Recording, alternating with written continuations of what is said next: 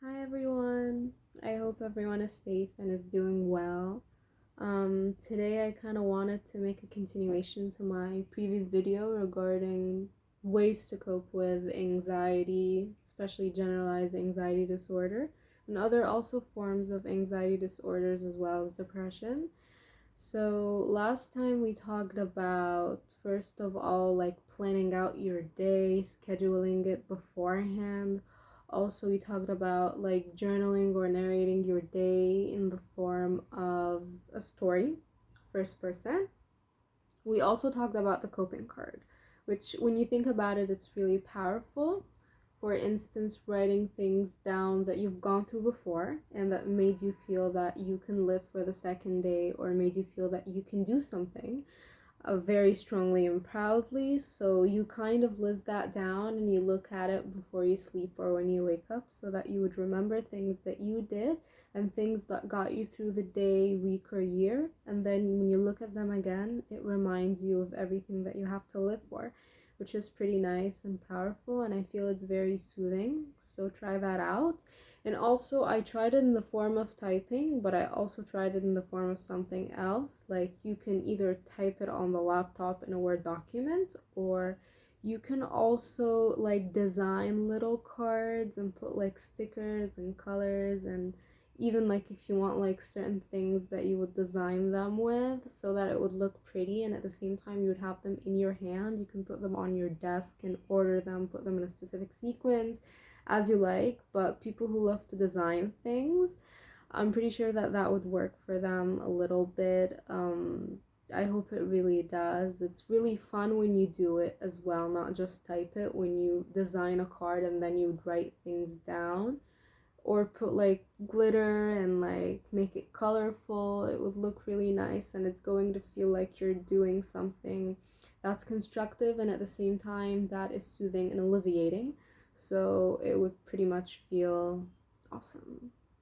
Also, I wanted to talk about another practice that is regarding writing your feelings down. So, how it goes is that you have every day, let's say weekly, you have from Sunday to Saturday. So, what you do is you would list each day by its emotions and feelings. So, first of all, let's say today is Sunday. So, you'd write down Sunday, and then underneath, you'd write certain things. So, first of all, you'd write feeling. So, what are you feeling? You could write, I'm feeling anxious, depressed, stressed, defeated, whatever you're feeling. And at the same time, it could be a good feeling. So when you write things down, you write both the bad feelings and the bad things that you're going through, as well as the good days and the good parts and the good emotions. So let's say that you're feeling stressed. So you can write stressed. You can also write the degree to which you're feeling something. So you feel slightly stressed, drastically or tremendously stressed. Like, there are variations, so don't even forget to write details down to how you feel, because it's going to help a lot. I feel like the more that you don't really specify how you feel, the more you're going to feel the loss of energy, and you're going to feel that you haven't expressed yourself to the maximum, which would result in you suppressing things, which isn't really the healthiest way to cope with something. But some people don't know how to express themselves, and some people fear that they will be a burden to others, so they decide to go that route. But again, like, not everyone is the same. Sometimes it's harder than ever. Like, some people who suppress are actually going through something really tough, and the act of suppressing itself isn't really easy. Even if the person feels like they can't really control it, it's really out of their hands. So that's still something to think about. So, especially for those who suppress their feelings and don't know how to express, you can express through that exercise. Is that you write, for instance, Sunday, let's say you're feeling tremendously stressed. So, write very or tremendously stressed, and then you write down the situation. So, is it work related? Is it regarding your personal life?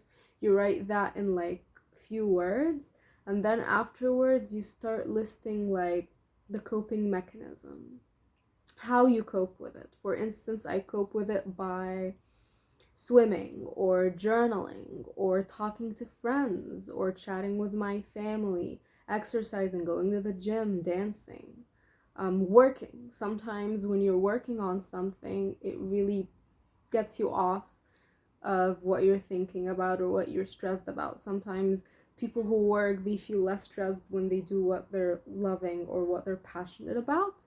So that's like the coping mechanism, and you could have more than one. Like, for instance, you can write coping mechanism 1, working; coping mechanism 2, taking a nap; coping mechanism 3, watching Netflix. So coping mechanism 4, writing or journaling; coping mechanism 5, reading; 6, seeing friends. So like you can have so many coping mechanisms, but the more you have, the better. So always try to, especially if you're having the same feeling, like let's say that you've been stressed out for 3 days.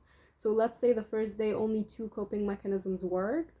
So try a third one the next day, and the day after try doubling them. Try working on yourself as much as you can, and the more coping mechanisms you have, the more you're going to be able to feel less stressed, then the more you're going to be able to handle the feeling that you're going through and that you're trying to express.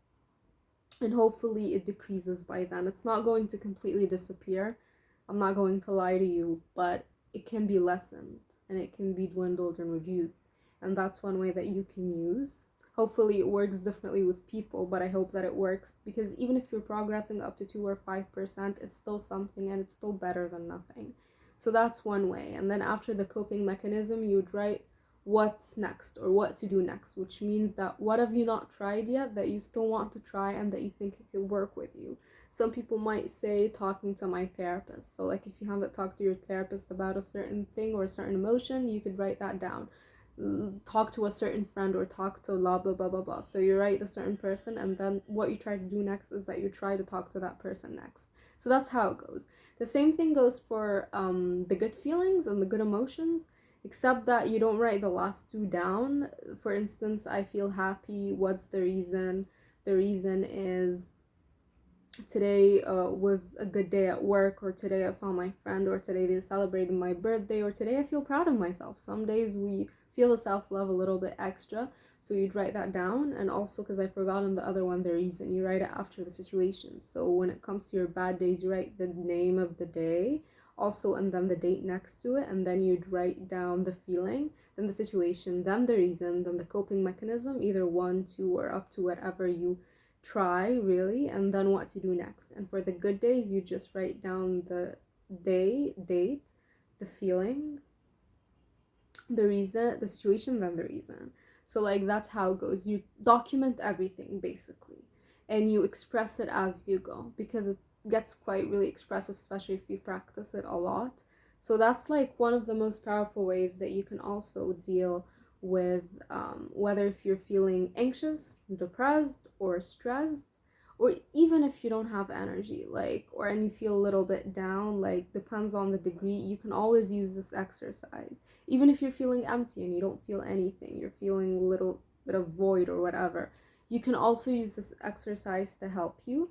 And I recommend that if you're someone who's on medication, try to not only depend on it, because it can help and it will help regarding your brain chemistry, but it will help by 50%. The other 50% is on you.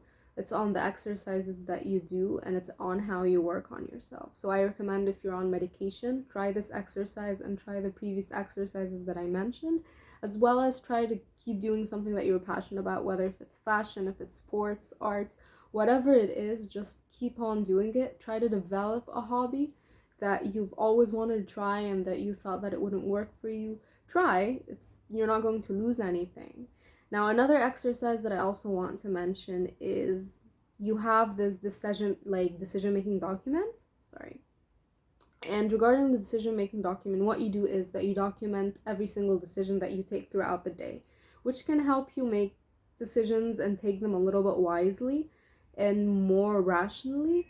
For instance, let's say that you have a really important decision where you got a job offer elsewhere and you have a stable job right now, but the job offer is less stable. However, it would make you more happy.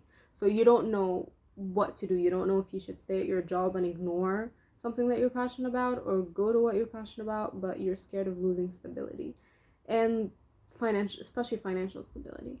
So what you do is that you document everything down. You write the decision. Okay, so first of all, write the decision that you want to take, and then write the pros and cons for it. And if the pros outweigh the cons, then you can take the risk. If the cons outweigh the pros, then you might need to think about it again. Whether if they're equal or if the cons outweigh the pros, you need to think about it again. So what it does is that this exercise, it helps you take a deep breath and just think more about the decision that you want to take, so that you take it more wisely. And these were mainly the two exercises that I wanted to talk about today, as well as the others that I previously mentioned. And I hope that these videos are really helping you, especially if you're going through a tough day, or even if it's a little tough. I feel like these would save the day more than just having you keep them bothering you and making you feel that you're more alone. And I hope that today's video helped, and hopefully I'll see you more on the next videos.